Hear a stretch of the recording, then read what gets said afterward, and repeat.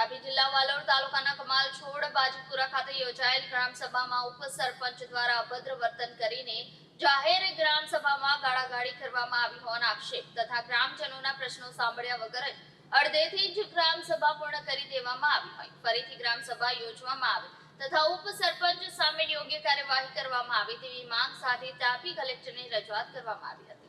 તાપી જિલ્લાના કમાલ છોડ બાજીપુરા ગ્રામ પંચાયત ખાતે 2 ઓક્ટોબરના દિવસે ગાંધી જયંતિ નિમિત્તે ગ્રામસભાનું આયોજન કરવામાં આવ્યું હતું। ગ્રામસભામાં વાલોડ તાલુકા પંચાયતના પ્રમુખ, ગામના સરપંચ, ઉપસરપંચ અને તલાટી કમ મંત્રી, આરોગ્ય કર્મચારીઓ, આંગણવાડી બહેનો અને ગ્રામજનો હાજર રહ્યા હતા। ત્યારે આ ચાલુ ગ્રામસભા દરમિયાન ચર્ચાના સમયે બાજીપુરાના સંજય કોલોની વતી ગ્રામજનોએ રજૂઆત કરી હતી અને રસ્તાની માંગણી અંગે રજૂઆત કરી રહ્યા હતા તેમજ સ્વચ્છતાને લઈને કેટલાક પ્રશ્નો હતા। ત્યારે પ્રશ્નોના ઉત્તર ન આપી શકતા ગ્રામ પંચાયતના ઉપસરપંચ આશીષભાઈ ભક્તાએ રજૂઆતકર્તાઓ સાથે અભદ્ર અપશબ્દો ભાષામાં વાતો કરવાનું શરૂ કર્યું હોવાનું જણાવવામાં આવ્યું હતું। ગ્રામસભાની વચ્ચે અને ગોમ સભાને પૂર્ણ પણ કરી નથી, જેથી ફરી બીજી ગ્રામસભા 13 ઓક્ટોબર સુધી યોજવામાં આવે તેવી માંગ ગ્રામજનો દ્વારા કરવામાં આવી હતી। વધુ ઉમેરતા જણાવ્યું હતું કે આવનારી ગ્રામસભા જિલ્લા કક્ષાના અધિકારીઓની અધ્યક્ષતામાં યોજવામાં આવે। જો 13 ઓક્ટોબર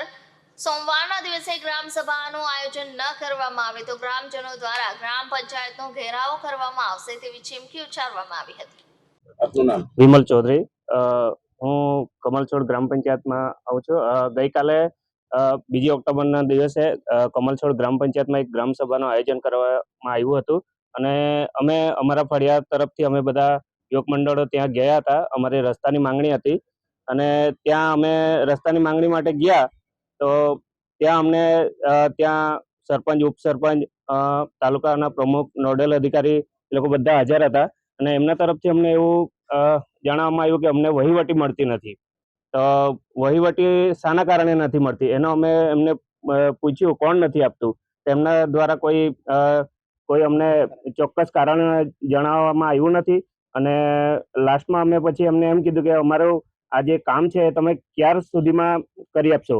તો અમારા એક ભાઈએ કીધું, એ લોકો અમને કોઈ જવાબ જ નહીં આપ્યો। વિમલભાઈએ કીધું કે કંઈ વાંધો નહીં, આપણે એ લોકોનો ટાઈમ આવશે ત્યારે જોઈ લઈશું। એટલે ત્યાં ઉપસરપંચ ઊભા હતા આશીષભાઈ, એમણે ડાયરેક્ટ મા બેન પરથી ગાડી ચાલુ કરી દીધી અને તમારે તે થાય તે કરી લઉં એવું અમને કીધું। તમારે શું માંગ છે? અમારી એક જ માંગ છે કે આ ફરીથી ગ્રામસભા થાય અને અહીંયા જિલ્લામાંથી કોઈ અધિકારી ત્યાં નિમવામાં આવે અને અમારું કામ થાય એ અમારી માંગણી છે। 13 તારીખ સુધીમાં જો ગ્રામસભા ના કરવામાં આવે તો આગળ શું કરશો? 13 તારીખ સુધીમાં જો ગ્રામસભા કરવામાં નહીં આવશે તો અમારા ફળિયા તરફથી અમે બધા ગ્રામજનો ત્યાં જઈને ધરણા પર બેસશું ગ્રામ પંચાયત પર। વિમલભાઈ, શું ઘટના બની હતી ગઈકાલે? અમારી એક રજૂઆત હતી કાલે ગ્રામ સભા હતી અને અમારી રસ્તાની માંગ એવી હતી કે રસ્તો બહુ ખરાબ થઈ ગયો છે। તો અમારા ફળિયાવાળાએ નક્કી કર્યું કે આપણે ગ્રામ સભા છે તો આપણે જઈએ ત્યાં અને આપણે બી કંઈક સારું કામ થાય એવું તો બધા અમે ગયેલા હતા ગ્રામ સભામાં કાલે।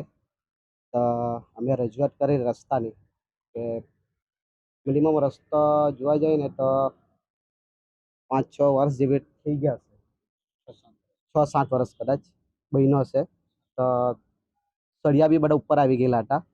સળિયા એટલા મોટા ખાડા છે અને સળિયા બી ઉપર આવી, મેં પોતે એને રાતના 6 વાગે બી ગયેલો હતો એટલે ગાડી બી અવર જવર કરે છે ત્યાંથી।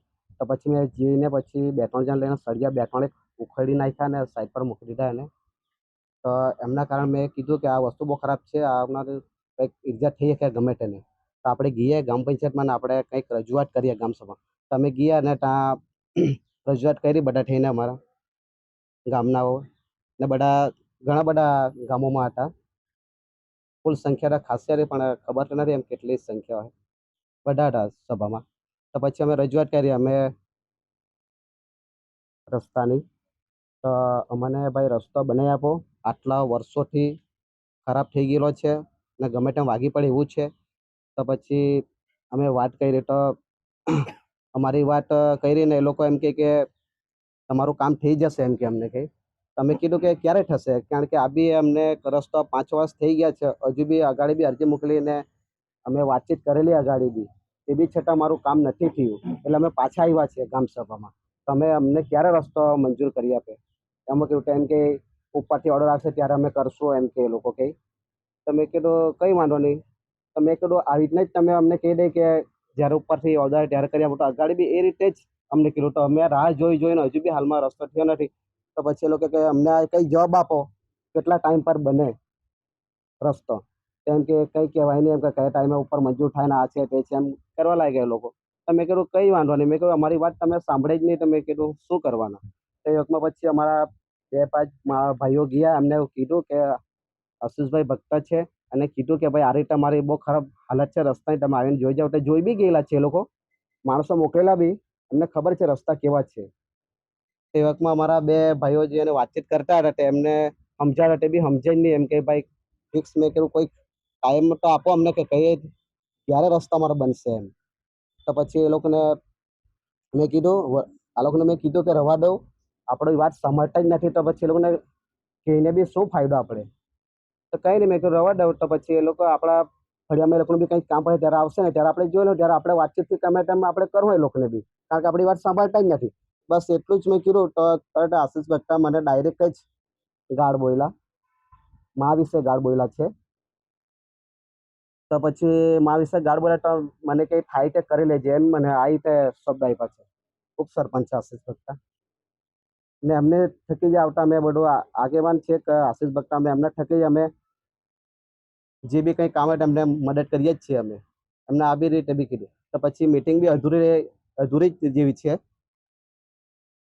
બસ આટલો લગીને અમારી વાતચીત ગ્રામ થઈ છે. સભા જ્યારે અને બીજું એક ને આ વસ્તુ જે ગાળો બોલ્યા છે ને, ગામના સભામાં બધા જ વ્યક્તિઓ હતા, બધા જ ટોટલી બધાની વચ્ચે જ ગાળો બોલ્યા છે. આ કઈ ગ્રામ પંચાયત પર આ ઘટના બની? કમાલ છોડ બાજીપુરા. આજે આપ જેની પર આક્ષેપ કરી રહ્યા છો એનો તાલુકામાં કોઈ હોદ્દો ખરો?